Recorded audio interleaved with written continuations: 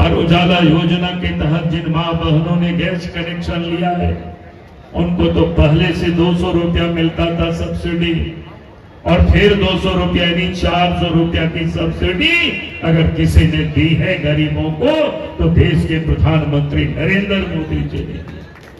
और इतना ही नहीं, उन्होंने कहा कि देश में आज भी गरीब है उनको आज तक गैस कनेक्शन नहीं मिला है, वैसे लोगों के लिए भी 75 लाख गैस कनेक्शन की और उन्होंने घोषणाएं की है, ताकि हमारी गरीब मां बहनें भी गैस की चूल्हा में खाना पका सके, पानी गर्म कर सके, चाय बना सके। तो गरीबों की देश के प्रधानमंत्री नरेंद्र मोदी जी चिंता करते हैं। हेमंत सोरेन जी को गरीबों की कोई चिंता नहीं है, और इसलिए मैं आप सब लोगों से यही कहने के लिए आया। अब देश के प्रधानमंत्री नरेंद्र मोदी जी कहते हैं कि भाई इस देश के गरीब भी जब बीमार हो तो अच्छे अस्पतालों में उनका इलाज हो, उसके लिए आयुष्मान कार्ड के तहत उन्होंने 5 लाख रुपया तक की बीमा भी कराए। लेकिन दुर्भाग्य है इस राज्य की सरकार की, आज भी यहाँ गरीबों को सबको आयुष्मान कार्ड मिला नहीं है। हमने हेमंत सोरेन को कहा आपके पास इतनी पदाधिकारी है, कर्मचारी है, क्या करते हैं? अब इन सबको लगा दीजिए ताकि गरीबों को भी क्या कहते हैं आयुष्मान कार्ड घर घर जाकर के पहुंचा दे। लेकिन हेमंत सोरेन को इसकी कोई चिंता नहीं है।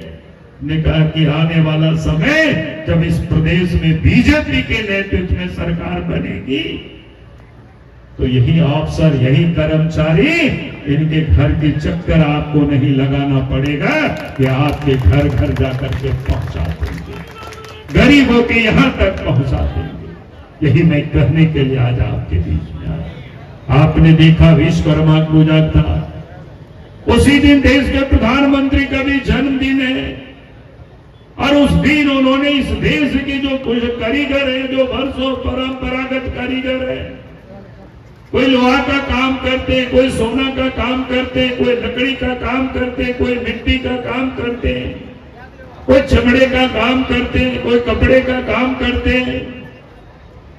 वैसे 18 ट्रेड को चुना और उन लोगों के लिए भी इस देश में मोदी जी ने 13,000 करोड़ रुपया के प्रावधान किए, और उनको नई तकनीक से भी इनको देने के लिए, जोड़ने के लिए ट्रेनिंग उनको दी जाएगी।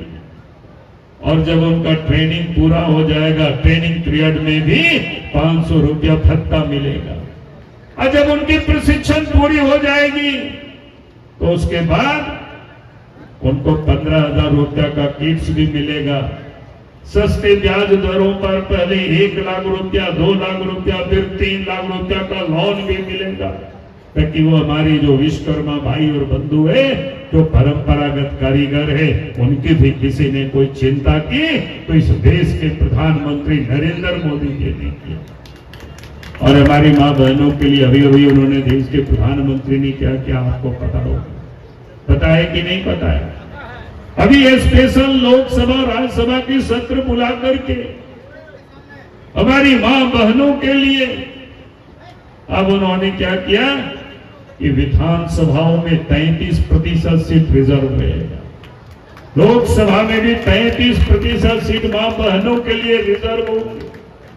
अगर इसकी कानून को उन्होंने लोकसभा राज्यसभा से पारित किया और देश के राष्ट्रपति ने भी उस पर मुहर लगा दी, तो ये देश के प्रधानमंत्री नरेंद्र मोदी जी जो देश की हमारी मां बहनों को सम्मान दिया, अगर ये काम किसी ने किया तो देश के प्रधानमंत्री नरेंद्र मोदी जी ने किया। और इसलिए मैं भाई और बहनों, मैं आप सब लोगों से यही कहने के लिए आया।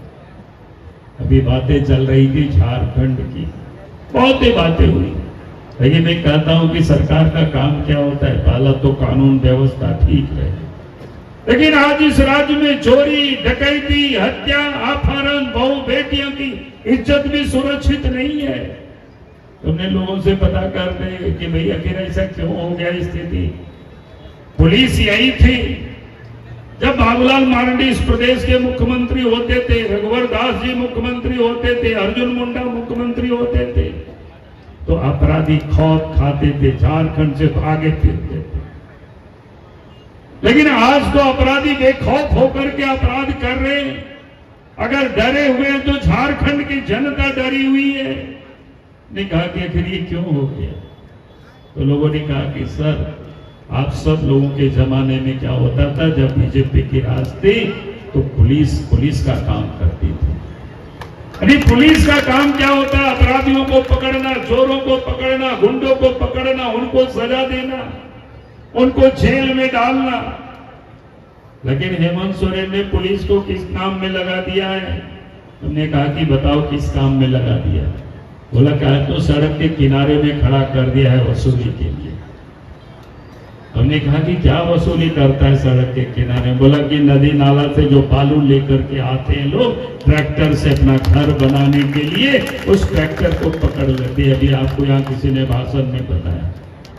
तो आप जरा सोचिए, पुलिस का काम ये नहीं था, लेकिन पुलिस को लगा दिया है वसूली में, ट्रैक्टर पकड़ गई है। हमने तो हेमंत सोरेन जी को विधानसभा में कहा कि भाई क्यों आप पुलिस को इस गलत काम में लगा रखे? पुलिस का काम है चोरों को पकड़ना, बदमाशों को पकड़ना, आप तो शरीफों को तंग कर रहे हो। अरे आप चाहते हो कि बालों की तस्करी रुके तो बॉर्डर पर आप चेक पोस्ट लगा देना, बिहार की बॉर्डर पर चेक पोस्ट लगा देना, यूपी की बॉर्डर पर चेक पोस्ट लगा देना। अगर वहां आपके पास सिपाही कम पड़ेंगे तो हम भारतीय जनता पार्टी के कार्यकर्ता आप मांग लेना, हम आपको मदद कर देंगे।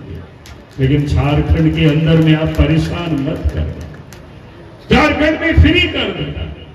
लेकिन यहाँ तो उल्टा है, बॉर्डर में सब बड़े बड़े गाड़ियां पार हो जाती है रात में। इधर तो कई बार मैंने अखबार में देखा आपके गढ़वा जिला से, लेकिन झारखंड के लोगों को, गढ़वा के लोगों को ये बालू नसीब नहीं होता। हमने तो कहा हेमंत जी, जब झारखंड अलग राज्य बना था और उस राज्य के मुख्यमंत्री हम थे, हमने तो बालू घाट को फ्री कर दिया था कि राज्य बनाए, कम से कम बालू तो झारखंड वासियों को फ्री मिले, नदी नाला से अपना घर बनावे, किसी को कोई परेशानी नहीं हो।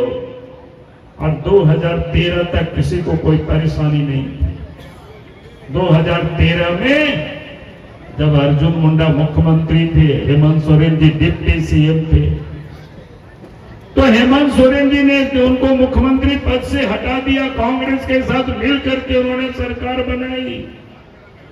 और उसी समय हेमंत सोरेन ने दिल्ली से और मुंबई से बालू चोरों को भी झारखंड में ले आया और झारखंड की नदी नाला की बालू अब यहां से तस्करी होने लगी। बात सही है कि नहीं है? बताइए आप सब। यही आज हो रहा है। तो कैसे इस प्रदेश में भ्रष्टाचार रुकेगा? कैसे इस प्रदेश में यह पुलिस अपराध रुकेगा? और इसीलिए मैं आज आप सब लोगों से यही कहने के लिए आया हूं, अपराध मुक्त झारखंड को बनाना है।